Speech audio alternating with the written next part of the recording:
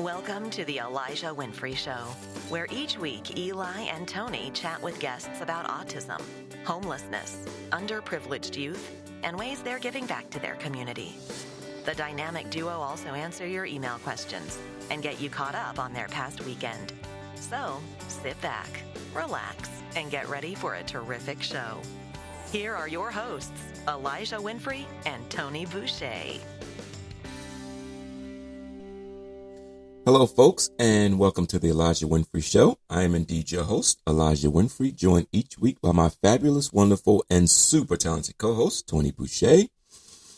It is great to be back in the seat today. We have an exciting show for you. We're going to talk a bit about the holiday season and how it can be not just difficult for all of us, but especially those individuals and kiddos on the autism spectrum. We have some tips and advice that we're going to cover today. But before we get to that, let's get you caught up on our past week. Toni, how are you doing? I know that your week has been pretty busy, I'm sure, as it always is. Yours. Yeah, indeed. I'm loving the fireplace backdrop. I just got to say, every time I see that, I just want to sit there and do the show. So I have a little secret about me that people probably don't know. So for a while, we lived on a 180-acre horse farm in a house that didn't have nails because it was too old. It was like 300 years old. And so the walls were made of mud and horsehair. And so we cooked over an Amish stove and heated the house with fire. And I love fire. So I would just sit for hours in front of the fire. I grew up as a girl at the campfire, and I actually preferred cooking on that Amish stove to a gas or electric one. So a fire is something I really love. So this is electric. It's not like the Amish stove, but it's as close as I can get. Totally. Charleston. I did not know that. Wow. Yeah. Interesting. Yeah. Interesting. So, but for my week, it's been really busy. I have been meeting with my team leaders for the new C4 program, and I'm just really excited, to be spending the time getting them oriented. They're a really phenomenal bunch of folks who are really going to take and make the program better than I could on my own. They're really thinking about how to make sure everyone who could benefit is included, not just the people who are going to be in the program now, but how to make sure that we're prepping people to be ready to be in the program and thinking about what they have to offer. And it's just been really exciting to see these people that are stepping up and doing something great in the community. So I've been really focused a lot on that, and also, the healthcare helper. It's moving forward. My intern has put the last touches on that, and so it is going to finally be ready after all these years of talking about it to actually get out there to people. So that's exciting. And I guess the other interesting thing here is my 13-year-old just joined the Boy Scouts. Wow. I'm very excited about that. He'd been wanting to get to meet new people, develop more friendships, and also be more outdoors. And so the Boy Scouts does that. So we found a troop. He's really loving it. And so I'm excited about that. And I was thinking, that's a really viable, I think, social option for a lot of our families, for a lot of these kids on the spectrum. I think they do really well, some of them, in this sort of environment. So I wanted to share that with people. So maybe we'll talk about that in more detail at some point in the future. Absolutely. So I've taken up all our introductions this morning. But Eli, I know you've been really busy too. So the holidays coming, your philanthropic work gets really busy right now. So It does. and it's probably really kind of hectic at school right now because this is the time of year when all kids start to get stir crazy and just have all those, extra challenges of the holidays. So tell Indeed. us what's going on for you. Indeed. The kids know when, school's about to be out for a while and you can see the energy levels crank up a bit. My week was good. It was busy. It's getting busier now. We are putting the final touches on, the families that we're going to help. And we are going to roll out a Giving Tuesday fundraiser here probably next weekend. A Giving Tuesday is on November 28th. And so hopefully we'll be able to garner up enough funds to help additional families this year, which we're excited about. School has been school. It's been every day it's something different. It's something challenging, but we always find a way through it. And I feel like I'm still learning my way. And I don't know if you ever get too comfortable as a paraprofessional. I don't know too many of them that are really, they really feel like they're settling in. I think you're always learning because you're always on the move, but it's going well. My children's book is coming along really well. We finally, settled on one, illustrator, and, she's hard at work working on, the illustrations, and we're going to turn it into a hard copy and an ebook. So, I'm excited about that. My hope is to get that out to the masses, maybe mid-December, if not January. Christmas.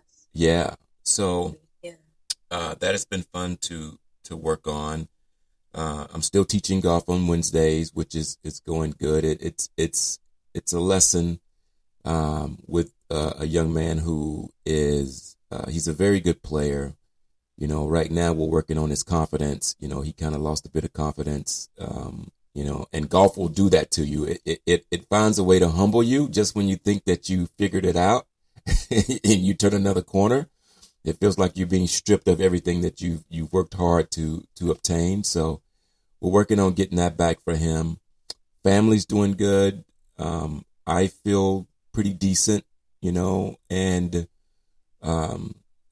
heading into this topic, Toni, the holidays are kind of tough on me. I don't really celebrate much. I kind of fall back and, I may watch some things or, I like shopping for people, but I like to pull back and reflect and maybe just take a nap. I don't like the hustle and the traffic and it gets a bit chaotic, and it's hard for me to deal with that. And so I tell my family members and friends, just be careful when you're out there, because you never know nowadays. The other day, Eli, I was on the road and I got almost hit and cut off on 4 different occasions from my office to the house. And I'm like, what's wrong with these people? It's like, they're like trying to like pass and cut in. Right. And, like, I had to like really be aware and slow down so that like they wouldn't nick the front end of my car. Right. And I was like, oh, it's the holidays. People get this way. Yes. Yes. And so there is something very different about this time of year. And every year I forget, people are more crabby in the stores, people are more rushed. And I don't think that that's what it's all about. Right. I think we do, as a culture, really lose sight of, like, Thanksgiving's supposed to be about really, showing appreciation and Right. taking time to slow down and to really appreciate and spend time with family and friends. And I think people do the opposite during this holiday season. So I totally understand you struggling with this. For you, do you find that this is triggering for you I know you've always commented that the holidays are hard for you. Yeah, Um, I think it, it triggers my loneliness. My family's back in Georgia, and I know people yeah, tell me you can get on a flight and go see, but it's not as easy as they make it it's sound. not. It's not that easy.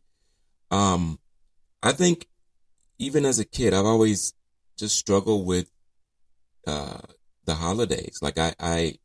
I've never truly um understood the competition to run into a store and grab a TV or a toy, to It's mine.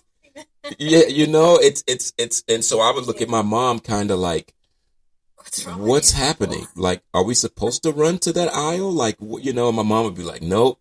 If it's not there, we just won't get it. And and I've never had the big family gathering, and I think I've been around that, and I've always felt isolated and alone, and so I started saying to friends that no, I'll just sit at home and watch TV and or write, journal something.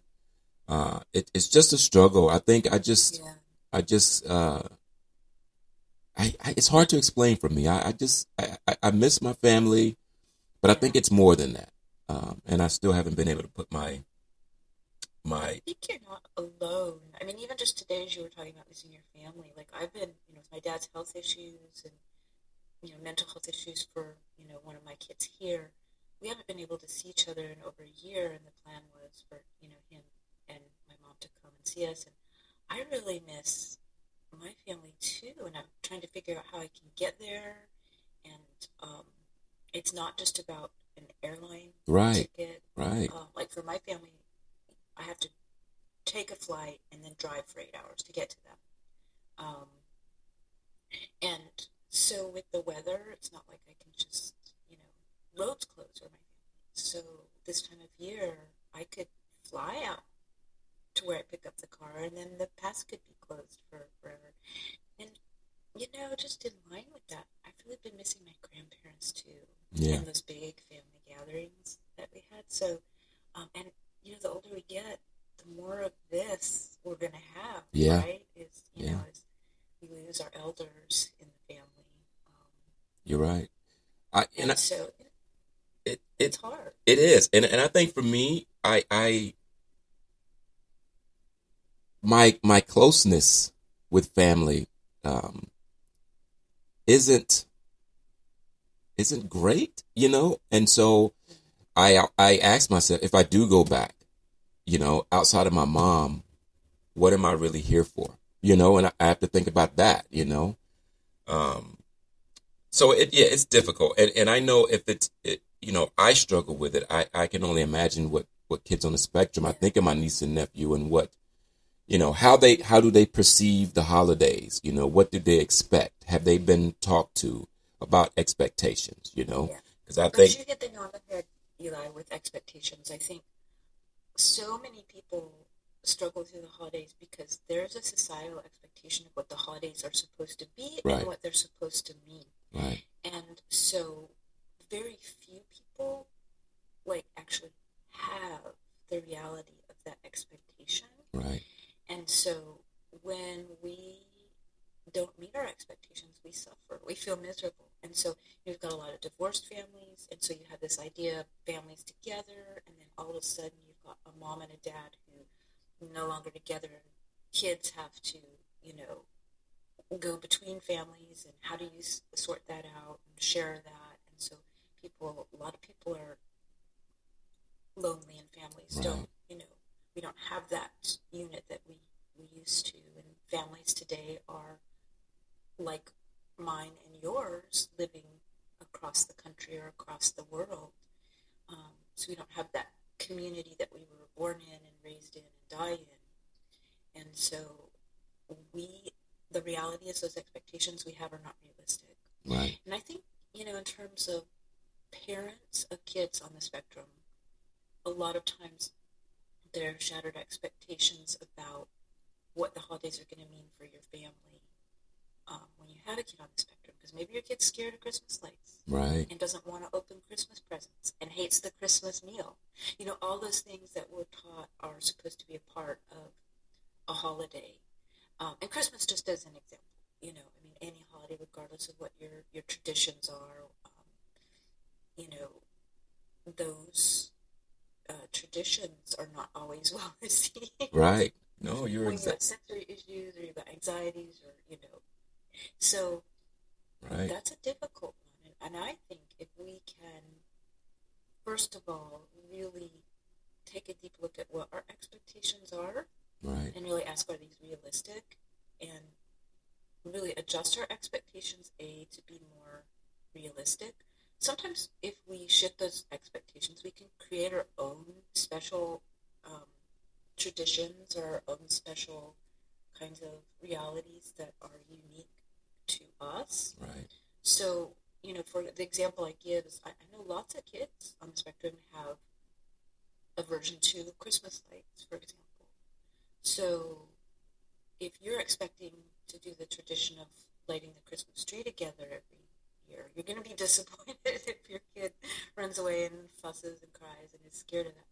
So what would be a different tradition that you could do that would be well received and loved by that family member that is averse to the Christmas lights? right, And maybe it's stringing cranberries and popcorn to make an old-fashioned Christmas tree. Like, that's just as valid a tradition. Or maybe it's, instead of having a Christmas tree, maybe it's finding, something that's entirely different, that's, centered around something that, your whole family does love. So I think it's an opportunity to get creative and think outside the box in terms of what's right for you and your family. right. I think that's really, really important. Right. Because, we'll be having Thanksgiving next week. My parents are, off in Wyoming.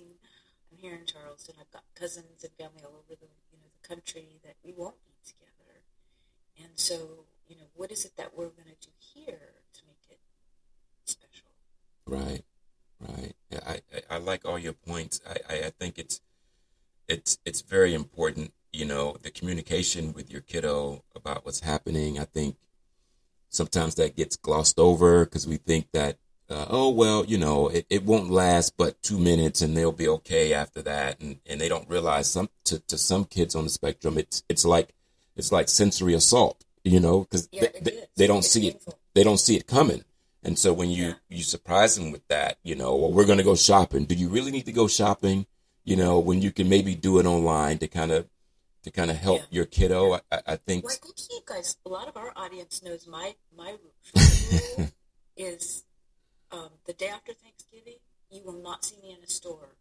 I If agree. you do, something is gone very wrong. Because I just know that that's kind of the cutoff for, things just start getting really crazy. Yes. So you might see me in a store before. Maybe you'll see me in a store before Thanksgiving. But if I haven't done any sort of shopping before that, I wait until after the new year before I go into a store. Right. Because I cannot. The sensory overwhelm already in a store is very difficult for me, as it is for many of the listeners and their autistic kids. Right. And so you add in that extra element of all the holiday buzz, and it's way over the top for me. So Right. yeah, so you're right. Eli, I know you put together some tips for us. I'm excited to hear what I did. they are. I kind of did some homework this week on this topic, and we talked about the sensory challenges of why take your child shopping when you can kind of do things online, or find a sitter, or ask someone who that in the community that could go pick these items up for you.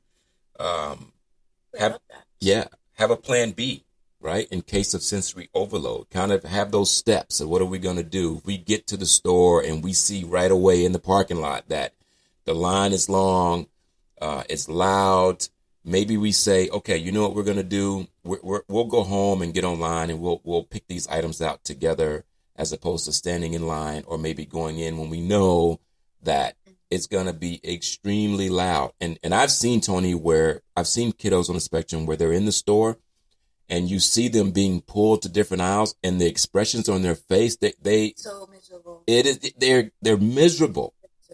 There are some of them in physical pain. Yes. I am speaking from firsthand experience. This is not just an irritation for some of these kids. It is physically painful. I have a great, just to interrupt our little tips for a second, I have a great story about this. Okay. So my daughter is now 29. But when she was little, her sensory issues were through the roof. And so we couldn't go into a store. We couldn't go into a restaurant.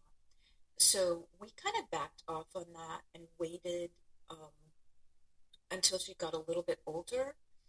And it's interesting because as she got older and as she began to understand how her own body works, she began to gradually expose herself to different stimuli that was very overwhelming, but she did it in a way that she got used to things that she couldn't tolerate as a young child. And I'm just thinking about this, we would try restaurants when, she was little, and we would have to leave because she would just scream and cry. And, so rather than just, forcing everybody to be miserable, we just kind of backed off on that. Right. And just, kind of trusted that the universe would work it out. Right. And today, she's my shopper. Wow. Like, she gets the groceries for me because I still, struggle with that. That's not something that I have, shopping is not something I've been able to really get to a good place with. Right. But she was able to do that. So I just want for families like who might be feeling, discouraged, especially for those young ones, people change. Yeah. And if you trust that your child is going to have a sense and know what they need and when they need it,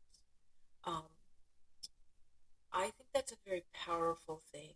And, just like in my daughter's case, she has really, stepped up and found ways in her own life to manage those things and grow in ways that I didn't know, she would. But I trusted her to do what she needed to do. And so she will be shopping for our Thanksgiving meal. I like that. That makes so much sense. I mean, you recognize and then you put a plan in place. And I think that's terrific. I also think that, part of these tips, maybe, for those adults and kiddos, practice, try to practice what's going to happen when we go out, when we get to the parking lot, when we get inside. It could be chaotic. Let's plan, let's practice this to see how it goes. And maybe we know ahead of time, okay, if we see where the line is like really backed up, then we say no. Right. And that's starting from the parking lot. If we see the parking lot and the parking lot is packed and we can't find a parking space, that's telling us, okay, maybe we go to plan B because the store is already crowded. Right. Yeah. I love this idea of plan B, teaching your kids plan B too. Yes. Because this is just a wonderful life skill and it allows you to recognize, okay, what are my limits? And what do I need to do to listen to my own body and to listen to what feels right to me? And knowing that, there is a plan B gives people a real sense of autonomy, a sense of I can do things, a sense of confidence, and a sense of power. And when people practice that plan B and learn how to do plan B, I think it prevents exploitation and abuse in the future. Right. Because people know, I can listen to myself, and there are other ways. There are many paths up the mountain. Right. And so I think that's really a wonderful way to just empower people, give people the sense that, yes, I can solve this. Exactly. Yeah, I love that. Pre-plan and stick to your guns. When you do make this plan, don't alter it. Maybe you're out with your kiddo and you have a good friend of yours who may say, well, you can always alter the plan and it'll be okay. Just push through. Nope. Stick to your guns. If you said that you were going to pull back and go home, pull back and go home. Right? Because as you said, Toni. Don't spend 30 more minutes exactly. going to the next store. If you told your kids, we are going to this store to buy these things, and your friend's like, oh, there's a sale over here, let's go. Right. You're asking for trouble. You're asking for it. Because as you said, your kiddo could be miserable because that's not in the plan. So now your kiddo's coming along, but you can see by their reactions that this was not, you didn't tell me about this. So I'm a little nervous. They probably have, like, if you've told them this is what's going to happen, then they've mentally prepared. Yes. Like, you may not see it, but these kids spend a lot of time in their heads gearing up and mentally preparing and spending a lot of energy. So if they mentally prepared and thought through in their heads, okay, what do I have to do to survive this next 30 minutes? Right. They have said, okay, I can do this. I've got things lined up in my head so that I can survive the next 30 minutes in this store, for example. And as soon as you go and say, oh, and now we've got, this over here, all that plan goes out the window. Right. And they may, in their minds, just not even feel like they can handle it. Right. Absolutely. Yeah. Absolutely. Bring your own necessities, right? Make sure that you have everything that your child may need, in case things don't fall through. Always be prepared. Explain their needs with family members that are going to tag along, right? Make sure you're communicating that. Because sometimes you will have family member or friend say, well, you can just sit in the car and I'll go get it. Well, that's not part of the plan. Like, we don't want to sit in the car for another 45 minutes while you go in and get things, knowing that the line is already long, right? That's not part of what we rehearsed or practiced. So we would just rather go home. So, yeah. Eli? Yes. I these tips are so good. And one tip just to add on to that, when you have a plan like that, I have often found that it's important to have my own exit or my own transportation. Yes. So in situations where I've relied on a family member or a friend, you don't have power then at that point. Great point. To make the decision. So, like, we went to an activity once with Adrian and a friend, and they took the golf cart, and we drove a golf cart. And then that child was going on having their stuff, and that mom didn't pick up on the cues that it was time for my child to leave and us to leave. And Adrian and I were really spent, and we were stuck because we had not said, no, we're going to take our own exit. So making sure that you have, like, that exit, like you have control over the transportation or the way to get out is another, I think, important piece of that. Because if you're with a family member who's in charge of the transportation, that takes the power away from you. That really does. That's a great point. Like that is a terrific point, because you will have, if that is the case, you will have some friends or family members say, well, if you just sit in the car, I'll go in and I'll be right back. And you're like, no, that's not going to work either. So that's a great point, Toni. Great point. Couple of more tips here. Keep it simple. You don't have to, make this complicated or too hard to figure out. Just keep it simple and establish your own traditions. I think that's important too. Take care of your kids and maybe other kiddos too that you may see or you may be around who are also maybe on the spectrum, and you see that it's a bit much, right? And the child, and the child relates to you, maybe you can communicate with the child as well. And for adults, this is the time of year where you get invited to these Christmas parties and they want you to bring this and they want you to do that. And then you get there and they want you to do this. It always changes. You can politely say no. I don't want to attend the party this year. I don't feel comfortable. I know for me, I don't attend Christmas parties.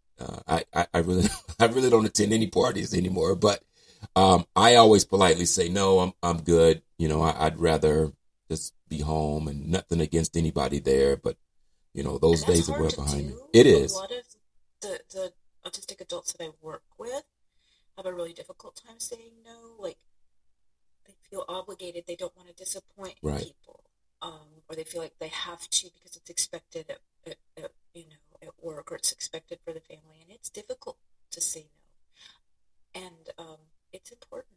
Sometimes people will also just cut it short. I don't know if that's one of your tips, Yep. but like if you want to attend something, you don't have to stay the whole 3 hours, Right. right? You could go for 45 minutes or an hour and have that exit plan to say, okay, I'm going to stick around for a little while, but maybe the full party is too much for me. Right.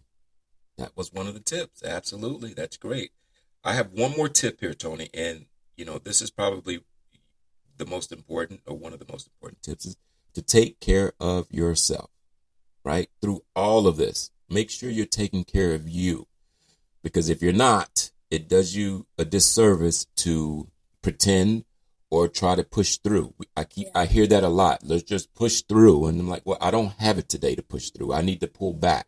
So make sure you're taking care of yourself. It is vital that you do that. Yeah. And for parents, I think this is a hard one, because as parents, we feel like so much counts or depends on us. Right. But what we are doing, all kids learn from example, right? But our kids on the spectrum especially learn from example. Right. And so if you are pushing yourself past your limit, that's what you're teaching your kid. So, and that's what they will learn. Yep. So taking care of yourself as a parent, as a caregiver, is so important. Just even if it's just a moment of some kind of nurturing thing. Like, I have got my matcha tea right now. I'm a tea person. I love different kinds of tea. And just a 5-minute like break with the tea just really is something I just love. So if it's just a 5 minutes with a candle, or 5 minutes journaling, it doesn't have to be a whole day. Right. Take little moments to just nurture yourself. Absolutely. And that's what you're going to be. You want to teach your kids good, healthy skills.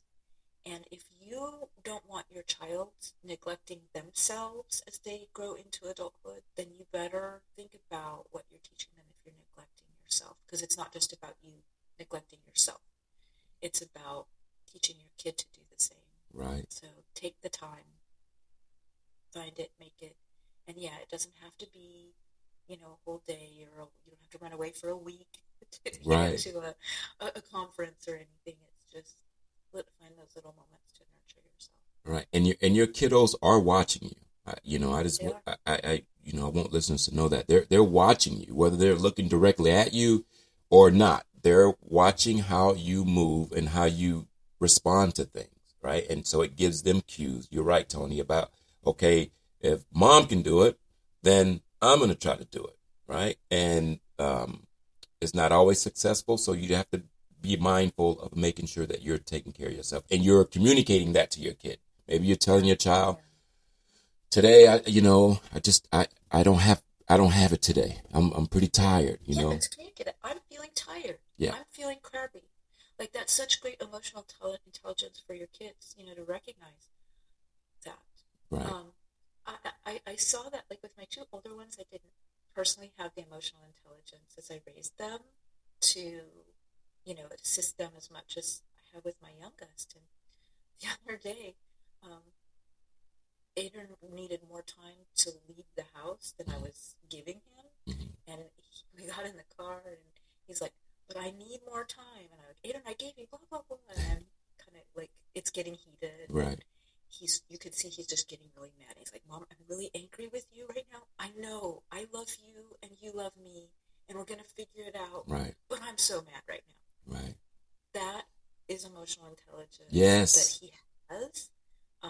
We're not ignoring the feelings. We're identifying them. And then we came up with what our plan was going to be, so that my needs to be on time to the doctor and his needs to get his hair fixed Right. are both met. Right.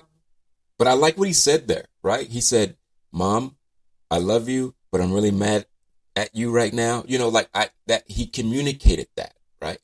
Through that conversation. Escalated the situation, because we were both getting mad. you know, and then he's like, I know you love me and I love you. And it's like, oh, of course. Right. You Right. know, and so, yeah, teaching those skills of identification. So when you are feeling stressed during these holidays, which you will be as, Yes. you know, a caregiver, you know, just to identify, this is how I'm feeling right now, and this is what I'm going to do about it. And Right. I don't have all the answers, but I just need 5 minutes for myself, or, um, you know, whatever. Right. It's really a good skill to teach. Absolutely.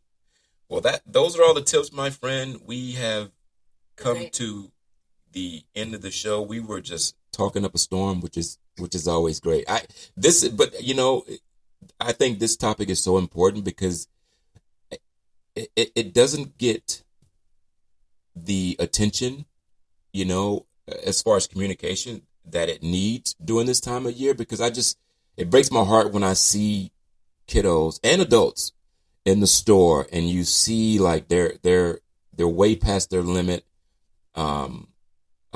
They're ready to move on. And I've seen parents just take the cart full of items and just leave it and just leave. Like they just cannot push through. So I think it's important that we talk about this. Been there and done that. Yeah, yeah. Okay, we're going. This isn't going to work. Right. And I like that's part of, as you said, like your exit, right? Like hey, this is a bit much. So I'm glad that we can talk about this on the show. I'm sure we'll revisit this in the future because, as you said, Tony, it's not just during the holiday seasons. It's around these other special days. Valentine's Day can be pretty hectic. Yeah, Birthdays can be hectic. Yes. So and any time which is a change, like maybe family members come to visit. yes, that's a big one. You're going on vacation. Same principles apply, right? Yes. My niece. Real quickly, my niece, we know each other, but we don't know each other. And so when I arrived, on a visit, it's a long stare, right? And maybe there's a hug, maybe there isn't, right? Maybe she communicates to me, maybe she waves her hand, and then that's it, Your family allows her to make that decision for herself. Exactly. I love that. Yes. Yeah, that's great because she's, in olden days, it was like, you have to do it because, that's your family member, it's your obligation. But we found that when we teach these kids to do that, that hug might be physically painful for her. Yes. Or it might be, feel like emotionally distressing. So when we teach kids they have to do things that are physically painful or emotionally stressful, we are setting them up for abuses in the future. Exactly. Because I'm not supposed to listen to my body and my emotions. So I love that your family lets her make that decision and that you let her decide on what terms. Exactly. You're a big man. You can deal with that, right? Yeah. She give you a hug or not. Exactly. It's like I read the cues and I'm like, okay, I'll wait till she says hi to me because sometimes she doesn't want me to speak to her. She doesn't want me to communicate. She wants to be the first if she's going to do it. So sometimes she'll look at me. She may wave her hand or she may say hi and then go back in the house and that's it. Right. And I've never hugged her, I don't think. So, and I think that's something where she's got to be really comfortable with you to do that. And so, I read that pretty well and I'm more than okay with that. Yeah. So, cause I think sometimes we run up to these kids and we want to hug them and they're like, I didn't ask for that. That's kind of, you crossed the line there. You know what I mean? When Diana was little, she was very averse to any sort of physical interaction. And then she developed a friendship, like in high school, where she started to build that friendship with a girl where they could, she started to get used to touch. And we're actually sometimes very affectionate now, but she needed to get to the point where she would allow me to hug her. So as a little girl, she would hug me on her terms, which, when during times when she felt like ready. But now it's a two-way street. So again, it's really important to remember people grow, people change. Right. So whatever you're dealing with right now during these holiday seasons, this is not frozen in time forever. Things Right. will change. And Absolutely. the interactions that we have now may be different in the future. Absolutely. Absolutely.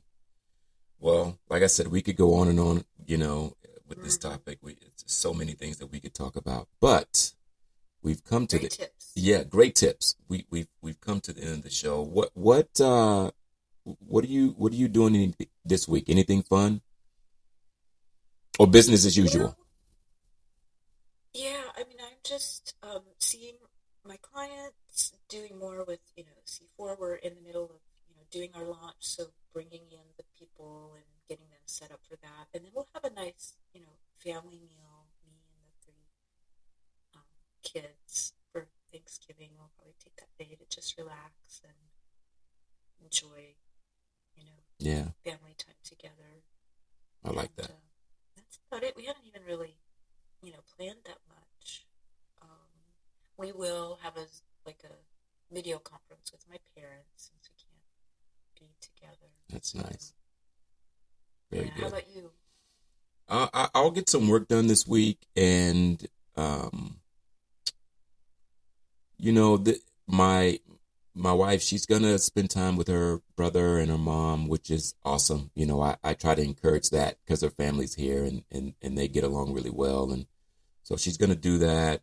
I think the kiddo's gonna go too. So I'll just, I like to really reflect. So I'll sit on the couch, maybe watch a football game, maybe write some things down and kind of process where I am in my life. I try to do that now to kind of help me, process. And then I think thinking about ways to help families in the community kind of keeps my mind off of, the loneliness.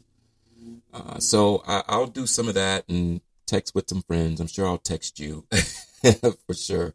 But it'll be like I think it's always been kind of low key.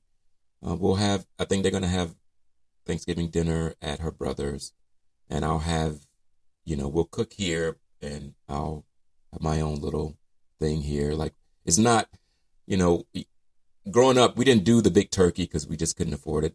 And even now I'm kind of like, if you just give me rice, I'm good. I won't say anything to anybody. I'll just kind of go off and kind of mind my business. So I'll probably do that. Yeah. Serene for you. Yeah, very much so.